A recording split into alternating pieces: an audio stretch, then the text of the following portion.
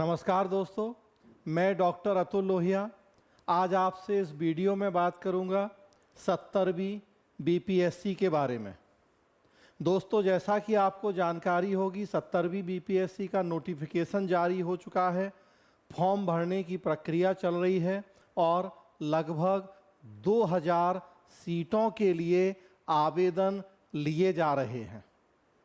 2000 seat Bihar state में deputy collector, DYSP और दूसरे पदों के लिए।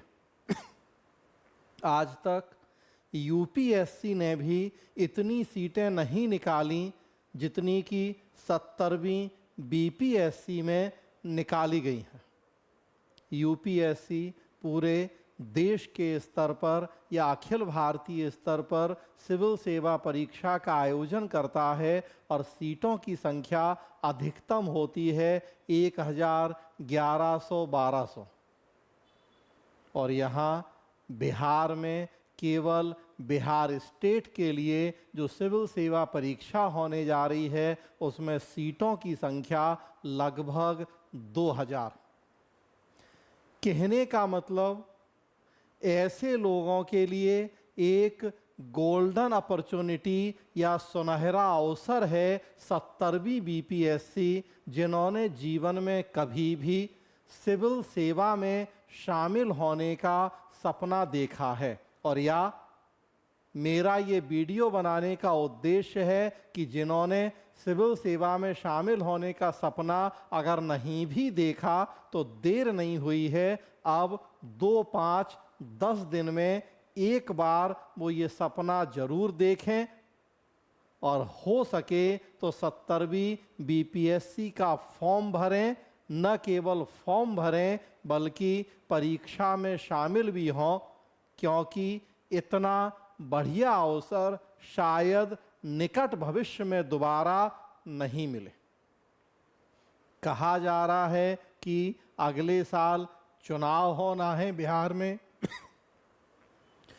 विपक्ष के द्वारा सरकार को बेरोजगारी के मुद्दे पर कटघरे में खड़ा किया जा रहा है और इसीलिए सरकार सारे विभागों में जितनी अधिकतम भर्तियां कर सकती थी उनको ध्यान में रखते हुए ये वैकेंसी निकाली गई हैं। तो दोबारा ये मौका कब मिलेगा, कितने दिन बाद, कुछ पता नहीं है।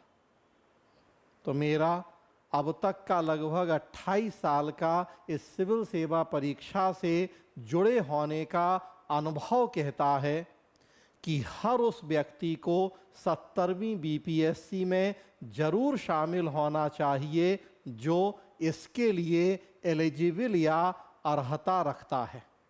अगर आप उस शैक्षणिक योग्यता को रखते हैं जो यहाँ जरूरी है और वो है सिंपल ग्रेजुएशन, और या आप उस आयु सीमा के अंदर हैं जो फिर बीपीएससी के लिए ज़रूरी है। कई पदों के लिए न्यूनतम योग्यता 20 साल, कई के लिए 21 और कई के लिए 22, और उसी तरह से जो अधिकतम आयु सीमा है।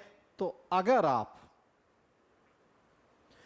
एलिजिबल हैं, अर्हता रखते हैं इस परीक्षा में आवेदन के लिए, तो आपको ज़रूर आवेदन करना चाहिए। इससे बेहतर मौका दूसरा नहीं हो सकता। मुझे ये वीडियो बनाने और ये बात कहने का इसलिए अचानक दिमाग में ख्याल आया क्योंकि पिछले 4-6 दिनों या एक हफ्ते में मैंने देखा, जब से बीपीएससी का नोटिफिकेशन आया, कि मुझसे जुड़े हुए बहुत सारे सीनियर स्टूडेंट जो या तो पढ़ाई छोड़ चुके थे या पढ़ाई छोड़ने के कगार पे थे।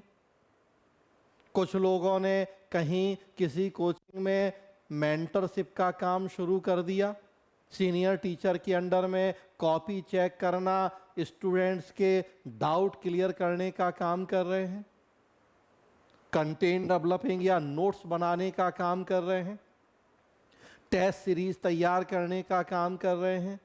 32, 33, 34 साल एज हो गई है, अपने पैरों पे खड़े हो गए हैं, ठीक ठाक इनकम हो रही है, तो अब उन्होंने सिविल सेवा परीक्षा का एग्ज़ाम देना है इस बारे में सोचना ही छोड़ दिया। लेकिन कई लोग दुविधा या असमंजस में हैं कि क्या उन्हें दोबारा फिर एक बार एग्ज़ाम देना चाहिए या नहीं। और ऐसे लोग जब मुझसे मिले तो फिर मुझे लगा कि नहीं, जितने लोगों के मन में भी इस तरह की दुविधा या असमंजस है, तो मेरा कहना है कि वो तुरंत उस दुविधा या असमंजस से बाहर निकलें और 70वीं बीपीएससी का एग्जाम जरूर दें। किसी कोचिंग में मेंटरशिप का काम करना और बिहार में डिप्टी कलेक्टर बनना, दोनों में जमीन आसमान का अंतर होगा।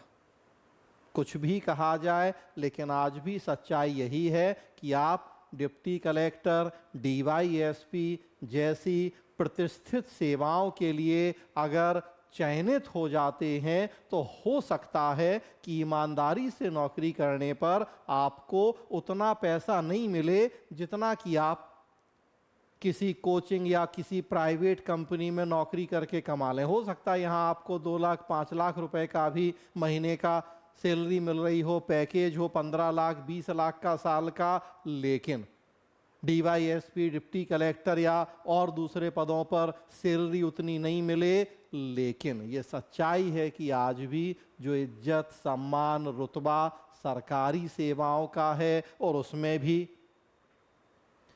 ये हमारे देश और राज्य की प्रतिष्ठित सेवाएं हैं। राज्य प्रशासनिक सेवा, राज्य पुलिस सेवा, राजस्व सेवा, नियोजन सेवा, विकास सेवा या और दूसरी सेवाएं, तो इनमें जब आप सिलेक्ट होंगे तो उसका अपना एक चार्म होगा, काम करने का एक अपना अलग माहौल, जोश, जुनून और उत्साह होगा। तो जीवन में सब कुछ कई बार पैसा ही नहीं होता है, दूसरी बहुत सारी चीजें भी बहुत महत्व रखती हैं। एक अमेरिकी मनोवैज्ञानिक है फ्रेडरिक हर्जबर्ग, उन्होंने 2 फैक्टर थ्योरी या द्वि घटक सिद्धांत दिया है, और उस सिद्धांत के संदर्भ में मैं हमेशा यही कहता हूं कि निजी प्रशासन में व्यक्ति को पैसा तो अच्छा मिलता है, लेकिन शायद वो सेटिस्फैक्शन, वो संतुष्टि नहीं मिलती है जो कि लोक प्रशासन में काम करने पे। लोक सेवाओं के जब आप सदस्य बनेंगे तो हो सकता है कि पैसा उतना नहीं मिले, लेकिन यहाँ जो काम करने की एक संतुष्टि होगी, जॉब सेटिस्फैक्शन होगा, वो प्राइवेट कंपनी के 2-3 लाख 5 लाख रुपए महीने की सैलरी से कहीं ज़्यादा होगा। दूसरे शब्दों में कहा जाए तो निजी प्रशासन में हाइजीन फैक्टर्स या आरोग्य घटक ज़्यादा होते हैं, अच्छा वेतन, एसी ऑफिस, इस तरह की चीज़ें, लेकिन लोक प्रशासन में उत्प्रेरणात्मक घटक या मोटिवेटिंग फैक्टर्स ज़्यादा होते हैं। चुनौतीपूर्ण कार्य, जटिल उत्तरदायित्व, समाज में आपके कामों को मान्यता, उपलब्धि, उन्नति जैसे जो मोटिवेटिंग फैक्टर्स हैं, ये जितने लोक प्रशासन में हैं उतने निजी प्रशासन में कभी नहीं होते। और इसीलिए आज भी हम लोगों की डेवलपिंग कंट्रीज में तो विशेष रूप से अभी भी लोक सेवाओं के प्रति लोगों का आकर्षण कम नहीं है। तो वैसी स्थिति में बार बार कह रहा हूं कि अगर आप इस परीक्षा में आवेदन करने के लिए एलिजिबल हैं तो आपको जरूर फॉर्म भरना चाहिए। अभी से लेके 2 महीने का पूरा समय है आपके पास। 13 और 14 दिसंबर की संभावित डेट है बीपीएससी प्रीलिम्स की। 60 दिन में पर डे अगर आप 12 घंटे भी पढ़ेंगे तो आपके पास लगभग 720 घंटे का समय होगा।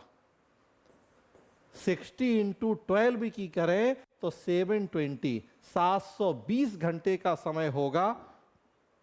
और ये इतना समय है कि आप नए सिरे से भी शुरुआत करेंगे। 2-4-6 साल पहले आपने पढ़ाई की थी, बीच में बंद कर दिया, फिर भी 720 घंटे अपने आप में बहुत समय है कि आप ईमानदारी से लग जाएं।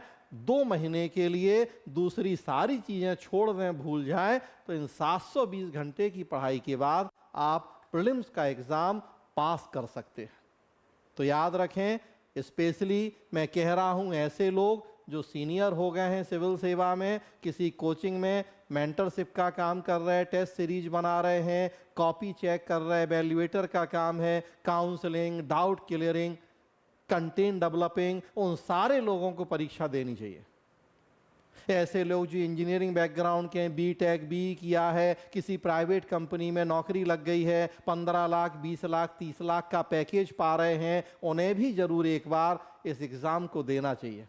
ऐसे लोग जो एसएससी के माध्यम से सिलेक्ट हो गए हैं, बैंक पीओ के माध्यम से, उन्हें भी एक बार इस एग्ज़ाम को देने के बारे में ज़रूर सोचना चाहिए। इवन ऐसी लड़कियां, महिलाएं जिनकी शादी हो गई है, होम मेकर का काम कर रही हैं, कभी जीवन में सपना देखा था कि हम सिविल सेवा की तैयारी करेंगे, उनके लिए भी, सबके लिए एक गोल्डन अपॉर्चुनिटी है। इससे बेहतर शायद निकट भविष्य में एग्ज़ाम नहीं होगा।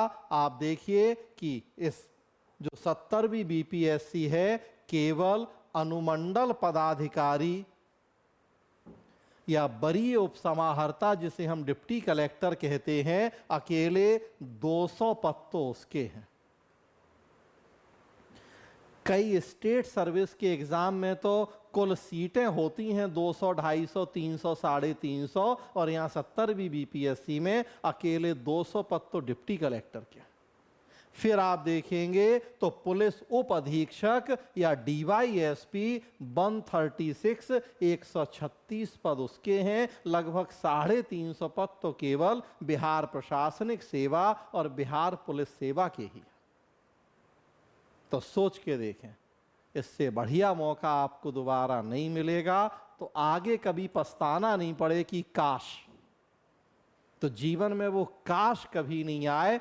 तो ये ऐसा मौका है कि आप तुरंत फॉर्म भरें 70वीं बीपीएससी का, सब कुछ भूल के छोड़ के 2 महीना कमरे में बंद होके ढंग से तैयारी कर लें, तो डिप्टी कलेक्टर और डीवाईएसपी बनना बहुत कठिन नहीं होगा। बस मन से, ईमानदारी से लग जाएंगे तो एक बार जरूर मेरी इस बात को सोचें।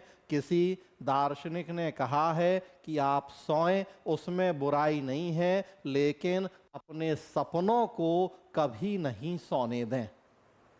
तो बस यही मैं भी कहना चाहता हूँ कि सपने देखना बुरा नहीं है, सपने टूटना बुरा नहीं है, सपने खोना बुरा है। सपनों को ना टूटने दें, सपनों को ना सोने दें, और सपनों को ना खोने दें। सपनों का खोना भी बुरा है और सपनों का सोना भी बुरा है। तो एक बार जरूर गंभीरता पूर्वक सोचें। अगर अभी तक नहीं सोचा, दुविधा या असमंजस में हैं, और 70वीं बीपीएससी का फॉर्म भरें और इसकी तैयारी में जी जान से लग जाएं। धन्यवाद।